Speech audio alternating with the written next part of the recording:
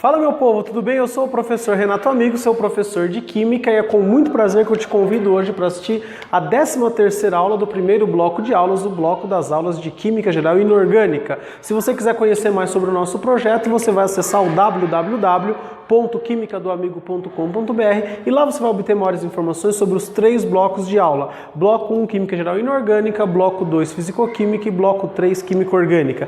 Além disso, no nosso site você encontra uma série de links interessantes com vários artigos científicos da Química. Você encontra também uma série de orientações de estudo para que você tenha um direcionamento nos seus estudos individuais e as nossas listas de exercícios separadas por blocos, separado pelos blocos, né? Bloco 1, Química Geral e Inorgânica, Bloco 2, Físico-Química, Bloco 3, Química Orgânica, e por grupos de aulas. Você faz o download gratuitamente de uma lista de um certo grupo de aulas, assiste às aulas, tenta resolver as listas aí na sua casa e na sequência a gente posta videoaulas com as resoluções comentadas das listas, de modo que você possa aprender Química aí de um jeito diferente com a gente aqui no Química do Amigo. Então seja muito bem-vinda, muito bem-vindo à nossa aula, onde a gente vai falar um pouquinho sobre a teoria atômica de Rutherford. Lembrar que na aula passada a gente falou da teoria atômica de Thomson e na retrasada a teoria atômica de Dalton.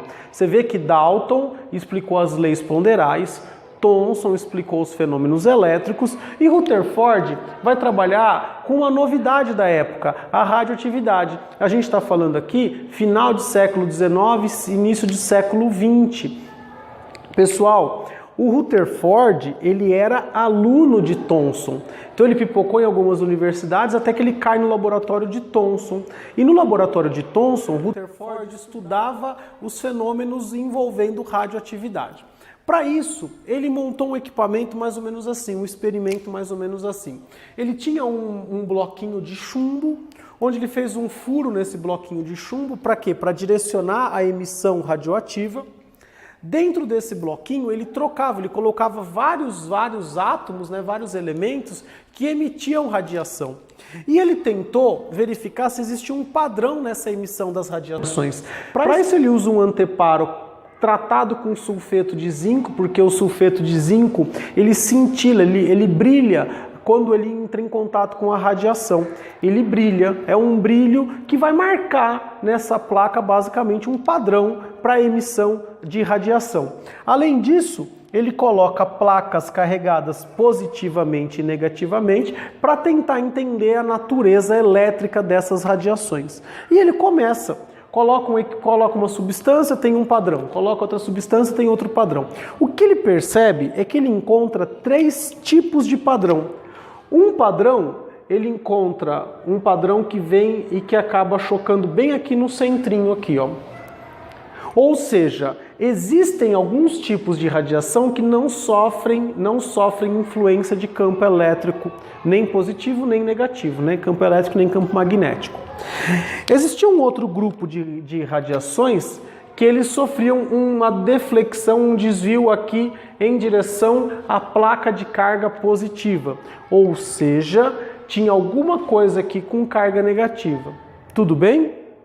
E ainda tinha um outro tipo, um outro padrão que ele encontrava, que era um desvio menor aqui em direção à plaquinha carregada negativamente. Pessoal, o que ele concluiu? Ele deu um nome para esses padrões, né? Para esses tipos de radiação. A essa que não sofria desvio, ele chamou de radiação gama. Tudo bem? A radiação gama não é partícula, ela é apenas uma onda eletromagnética que carrega com ela muita energia, tá bom? Então essa aqui, ela não tem matéria, é só uma onda eletromagnética.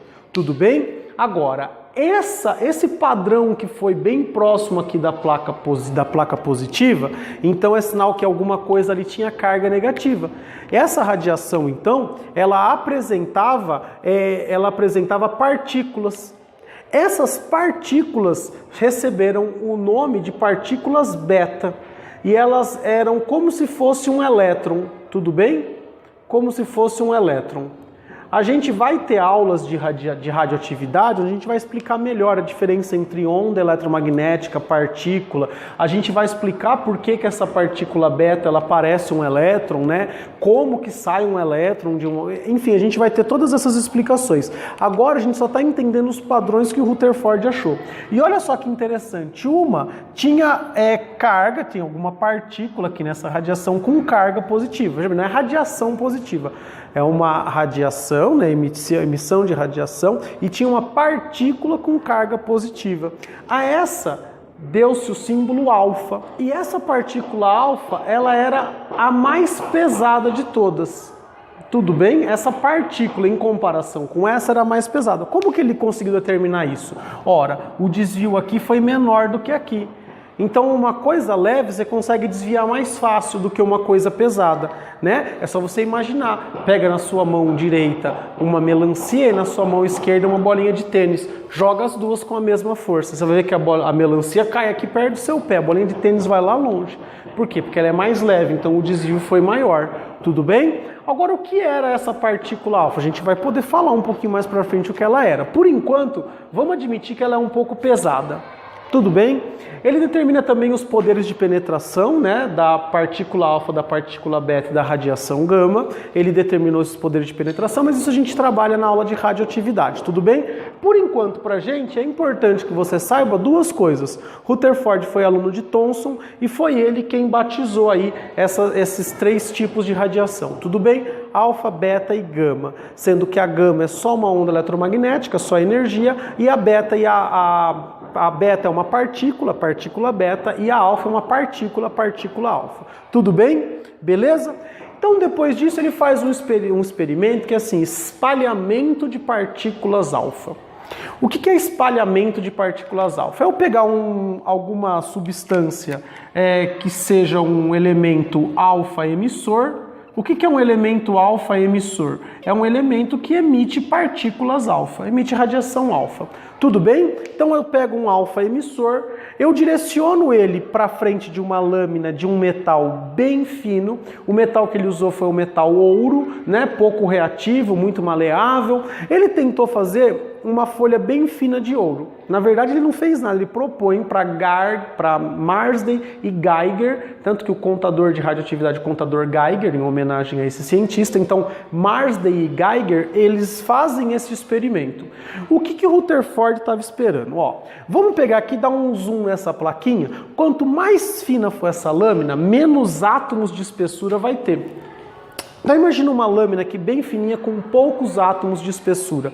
Concorda que se as partículas negativas, que são os elétrons, estão incrustados no átomo e distribuídos de forma homogênea, sabia-se já que a partícula alfa, ela conseguia penetrar pequenos...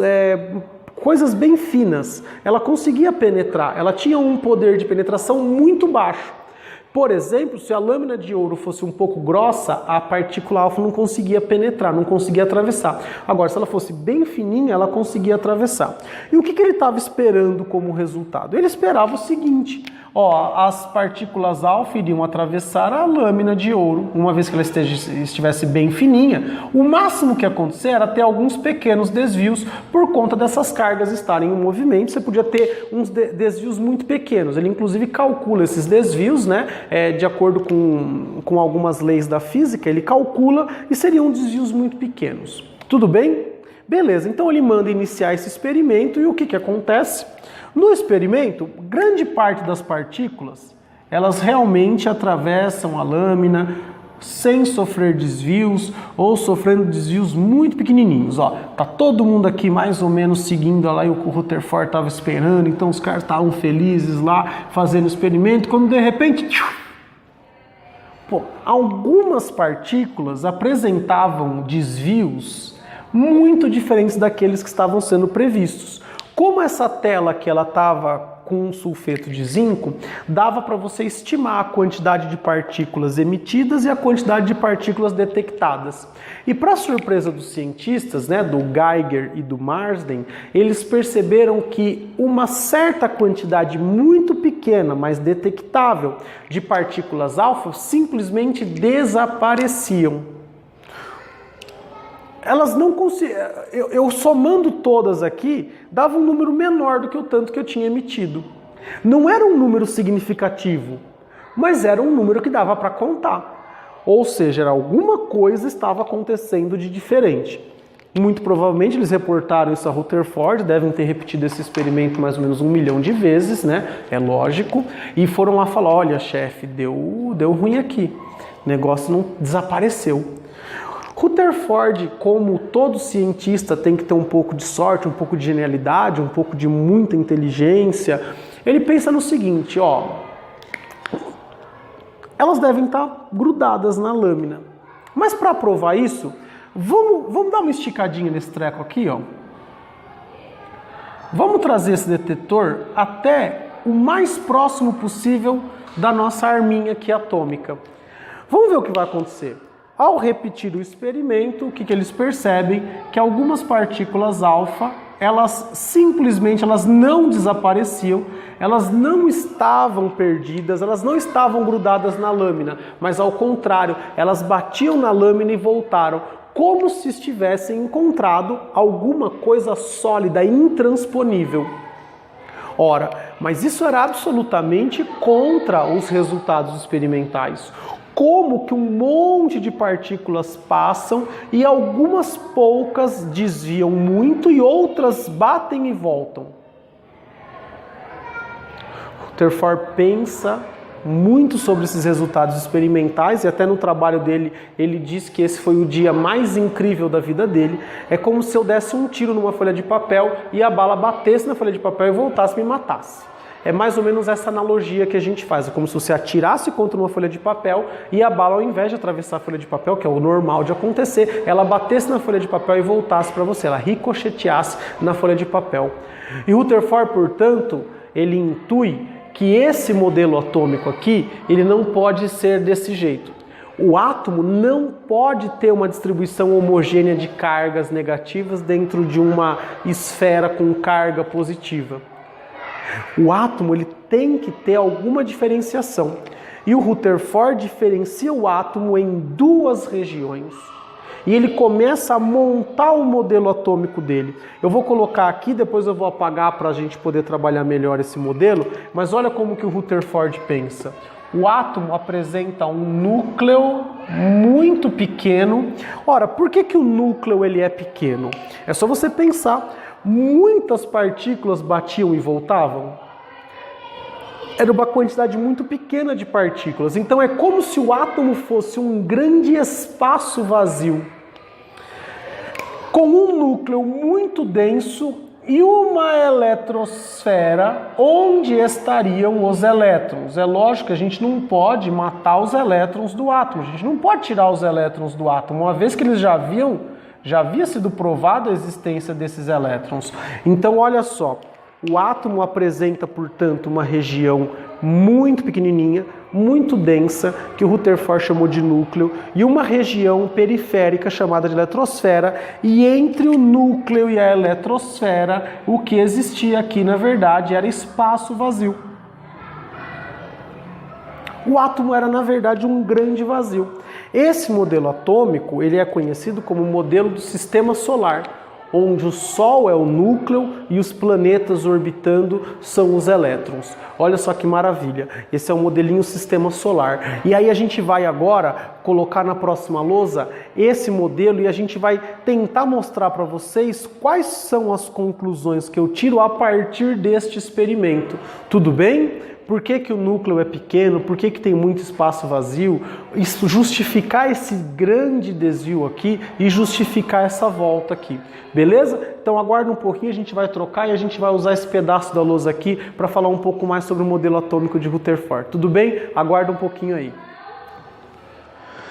Fala galera, voltamos agora já com uma lousa nova. É óbvio que eu vou aproveitar aqui o desenho do experimento para te explicar melhor ele, mas agora a gente vai apresentar aqui as conclusões de Rutherford sobre o modelo atômico que ele acabou de descobrir aqui com esse experimento. Olha lá, o átomo para Rutherford apresentava duas regiões distintas. Uma região ele chamou de núcleo.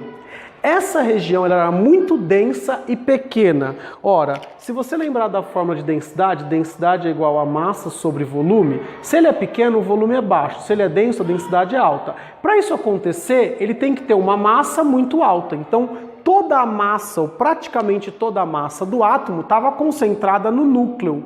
Tudo bem?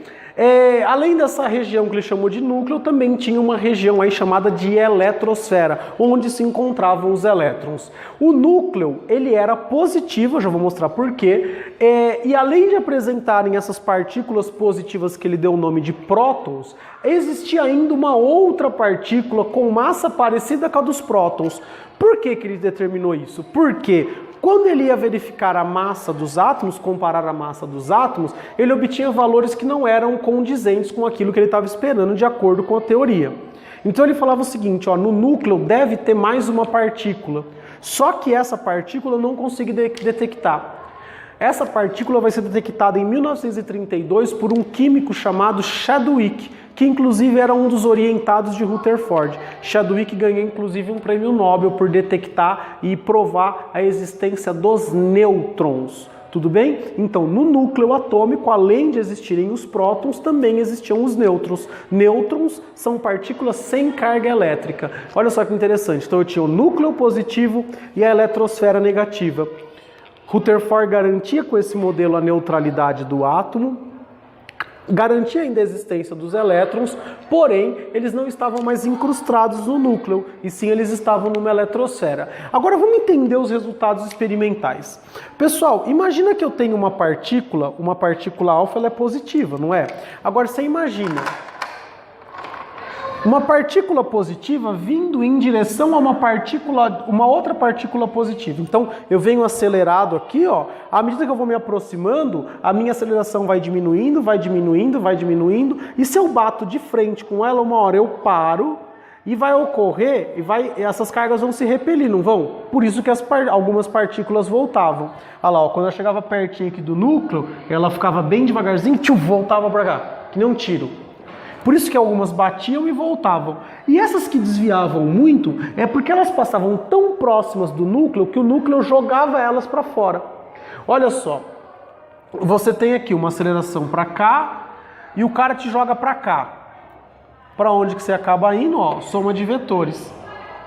Não é? Quando você tem um vetor para cá e um vetor para cá, você faz a soma dos vetores, você não vai na diagonal? Ó, então o que acontecia? Elas tinham um super desvio.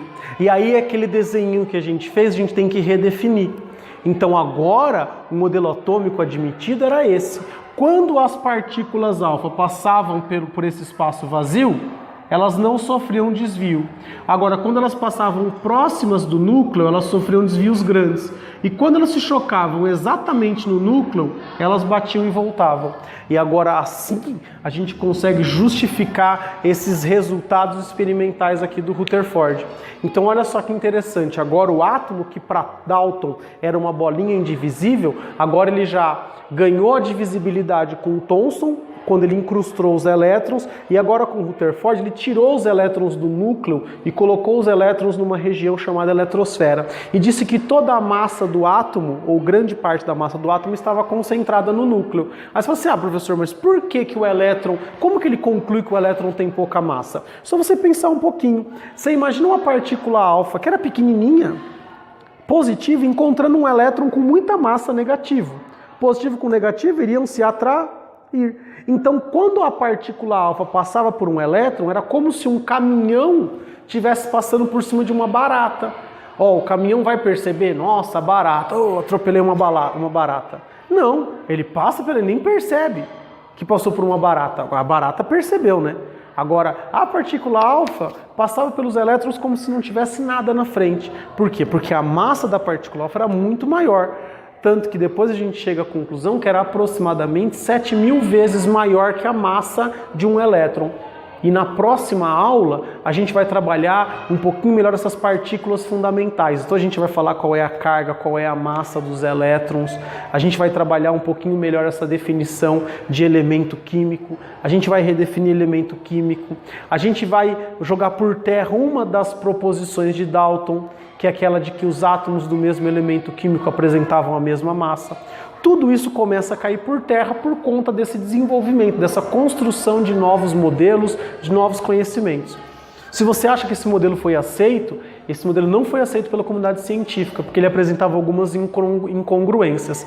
Essas incongruências foram resolvidas por Bohr, mas a gente só vai falar de Bohr agora algumas aulas para frente, porque a gente vai parar e a gente vai estudar agora as partículas fundamentais do átomo. Tudo bem? Então a nossa história de modelos atômicos dá uma paradinha aqui na aula de número 13 e ela volta em aulas posteriores. Com isso a gente termina a aula de Rutherford. Eu espero que vocês tenham gostado dessa aula. Se você gostou, por favor, dê uma curtida aí. Se essa aula foi interessante para você, compartilhe com seus amigos nas suas redes sociais. Se você tem alguma dúvida, alguma crítica, sugestão ou elogio, por favor, deixe aqui nos comentários do YouTube ou envie um e-mail para mim, dúvidas@quimicadoamigo ou contato@quimicadoamigo.com.br. No mais, foi um prazer ter você aí do outro lado e o que eu tenho a dizer a você é beijo, tchau.